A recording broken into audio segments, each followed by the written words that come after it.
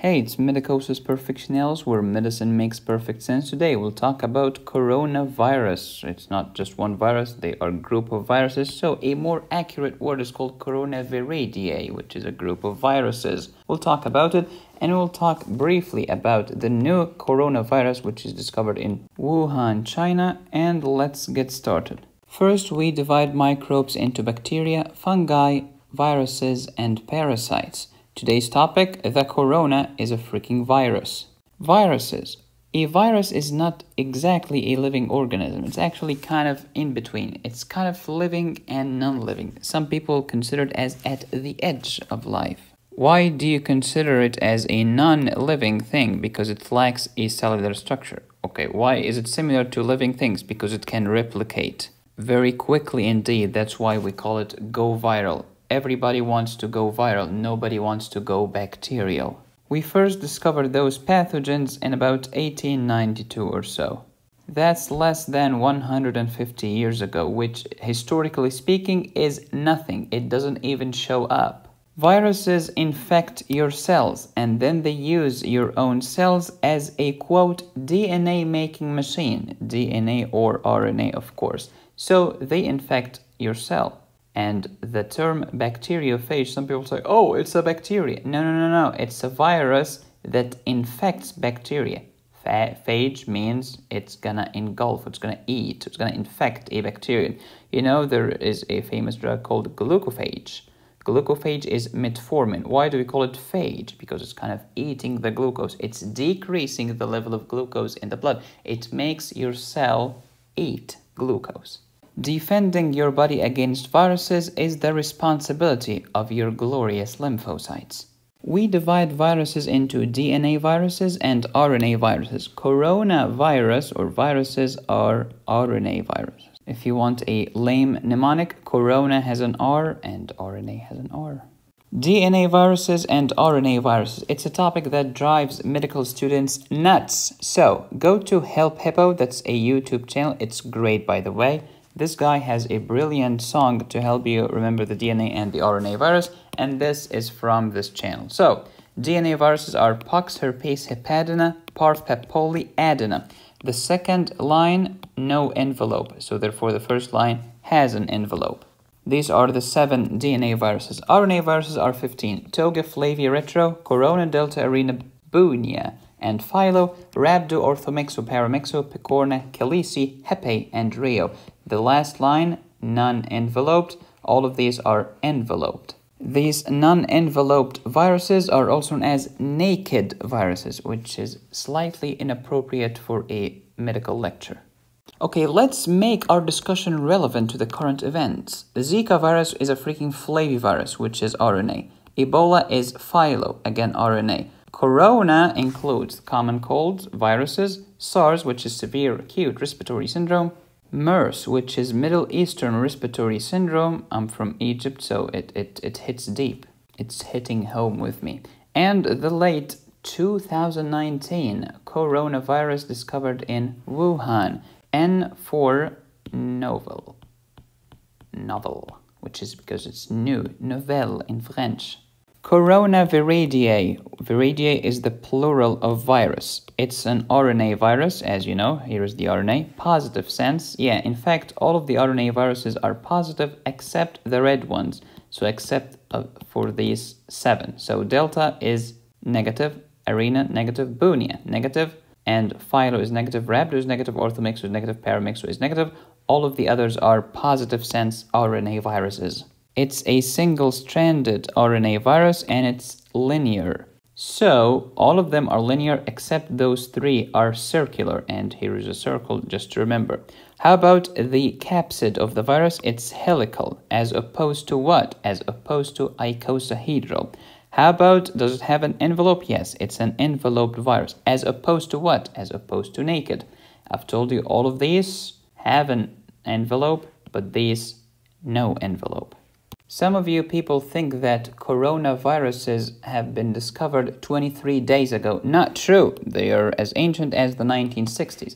The last one has been discovered 23 days ago. 2019 novel coronavirus, also known as Wuhan virus. So here are the coronaviruses. 229E, and OC43 in the 1960s.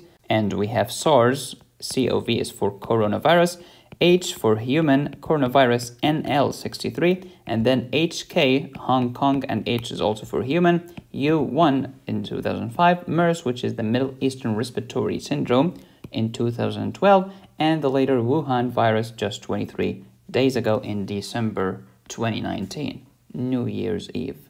The first two doofuses cause common cold. SARS is the severe acute respiratory syndrome. This is famous. And this one causes bronchiolitis. The Hong Kong one causes a respiratory disease. MERS, Middle Eastern Respiratory Syndrome, again a respiratory disease. It's also known as the camel flu.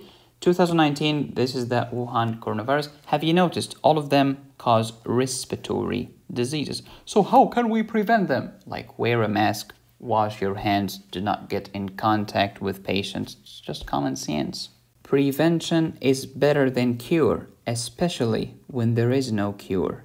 Okay, let's talk about the Wuhan coronavirus. This is brand new. This is literally 23 days ago. So we do not know a lot about this virus, and I'm recording this on January 23rd, 2020. Anything can change in the next few days, weeks, or years. So please forgive me for any mistakes here. This is just as far as I know.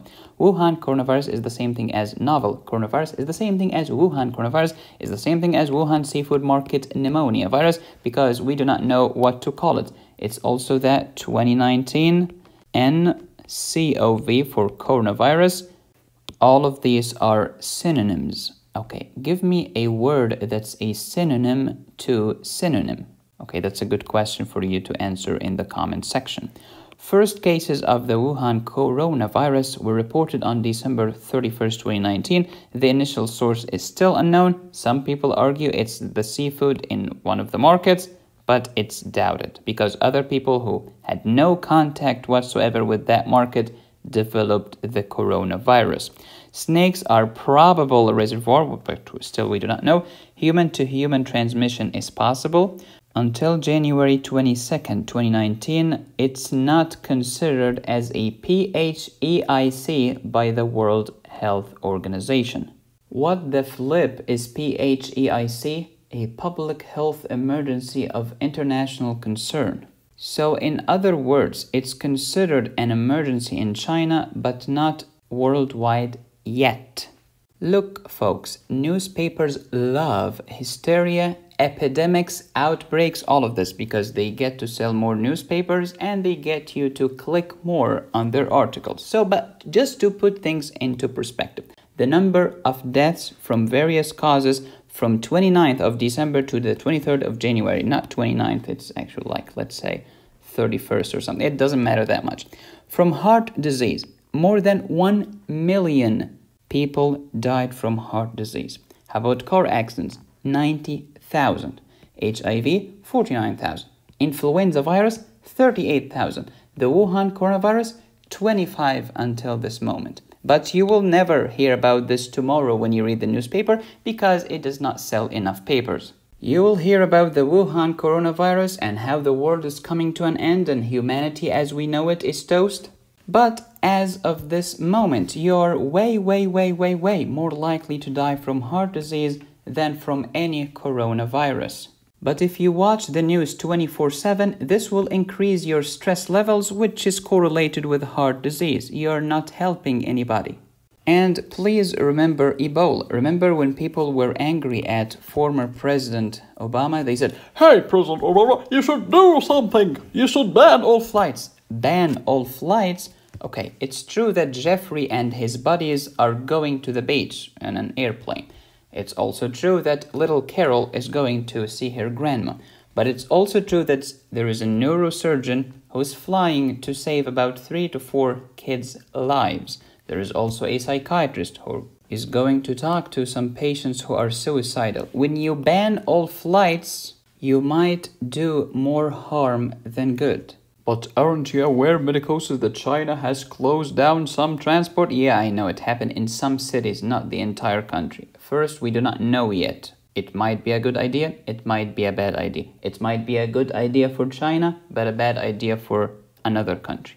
I don't know, I'm not an expert on these issues. So please take my words with a grain of salt. If you have any symptoms, please talk to your doctor. And as I say, one disclaimer a day keeps the lawyer at bay. Here's a great quote from the genius Dr. Thomas Sowell. There are no solutions in life, only trade-offs. Everything will have some desired effects and some side effects.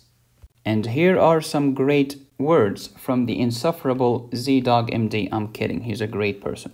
While Ebola's bad, let's not forget the score. C. diff, staph, and flu already kill way more. So instead of Ebola, you can say, while Corona's bad, let's not forget the score. C. diff, staph, and flu already kill way more. Okay, Medicosis, so what's your prediction about the Wuhan virus? It's difficult to make predictions, especially about the future. Let's see what happened when some people made some smart predictions. I will take even money that England will not exist in the year 2000. We are in 2020 and right now people in England are watching this video. He is a professor at Stanford, which tells you something. He is also the author of the famous book, The Population Bomb, which has lots of false predictions. Here is another wrong prediction by another Paul. By 2005 or so, it will be clear that the internet's impact on the economy has been no greater than the fax machines.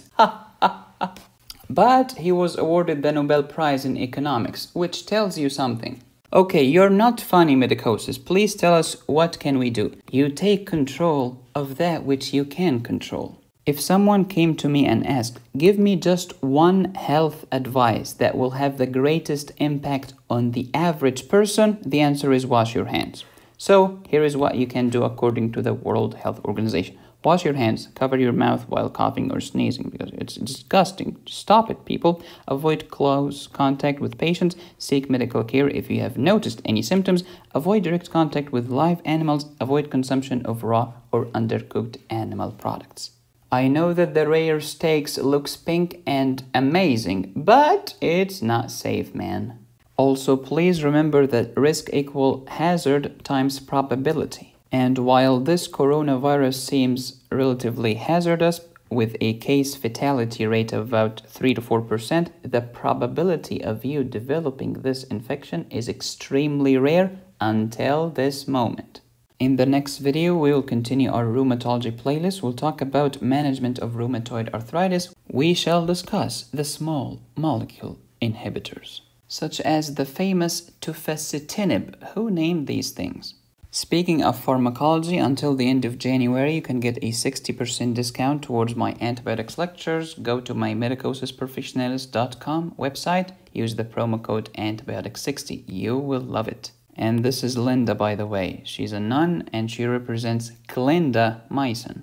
And this is the red man in the van down by the river, representing the red man syndrome, which happens with vancomycin. Thank you for watching. Please subscribe, hit the bell, and click on the join button. You can follow me on all of these platforms and LinkedIn and TikTok. And you can support the channel on Patreon or PayPal. Here is my email. Here is my website. Thank you so much for watching. As always, be safe, stay happy, and study hard. This is Medicosis Perfectionalis, where medicine makes perfect sense. I wish you the best of luck.